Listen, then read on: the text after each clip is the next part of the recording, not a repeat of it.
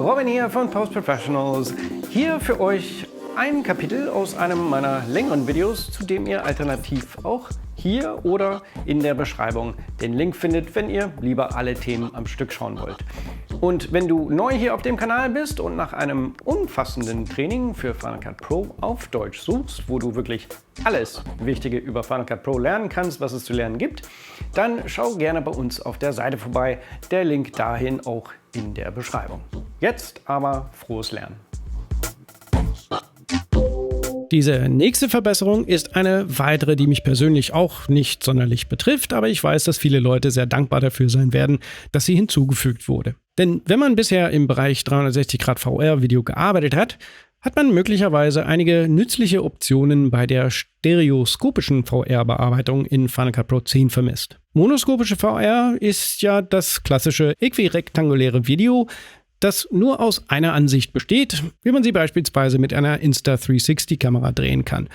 Wenn man jedoch eine Kamera hat, die stereoskopische Bilder oder Videos aufzeichnet und Final Cut seit Version 10.4 generell zum Bearbeiten des Materials verwenden konnte, fehlten doch ein paar wichtige Optionen. Ich drücke mal Command N, um ein neues Projekt zu erstellen. Und wenn ich in den eigenen Einstellungen unter Video schaue und 360 Grad auswähle, kann ich die stereoskopische Projektionsart auswählen und habe jetzt auch Auflösungen von bis zu 8K UHD. Aber um Final Cut einfach mein Filmmaterial automatisch erkennen zu lassen, kann ich einfach zu den automatischen Einstellungen zurück, dem Projekt einen Namen geben.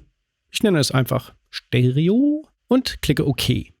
Jetzt kann ich meine stereoskopischen VR-Clips auswählen und die E-Taste drücken, um sie an die Timeline anzuhängen. Damit sehe ich jetzt meine stereoskopischen Clips wie immer im Über-Unter-Modus. Und wenn ich über meinen Viewer schaue, sehe ich auch, dass es korrekt als 360 Grad Video, Stereo 3D und 8K UHD erkannt wurde.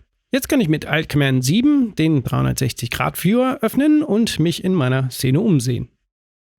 Standardmäßig betrachte ich das Ganze über die Ansicht des linken Auges, die bisher auch die einzige Ansicht war, die zur Verfügung stand. Bis jetzt. Denn wenn ich in das Einstellungsmenü über dem VR-Viewer gehe, sehe ich einen neuen Stereoskopisch-Abschnitt am unteren Rand des Menüs.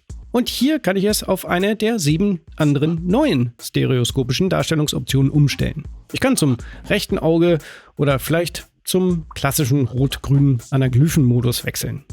Bis hin zu einer Differenzdarstellung, bei dem die Bilder mit einer Differenzfüllmethode übereinander gelegt werden.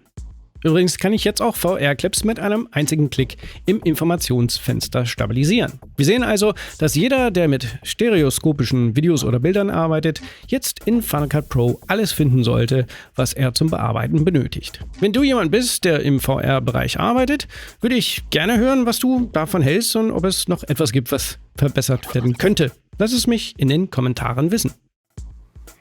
Hat dir das Ganze geholfen? Dann würde ich mich mega freuen, wenn du dem Kanal und mir mit einem einfachen Daumen hoch oder gar Abo und kleiner Glocke helfen magst, dass ich auch weiterhin solche Gratis-Tutorials produzieren kann und du sie auch nicht verpasst, wenn sie rauskommen. Dafür jetzt schon ein riesen Dankeschön und ich hoffe, euch im nächsten oder vielleicht in einem dieser Videos wiederzusehen, die YouTube meint, ihr auch gesehen haben müsst.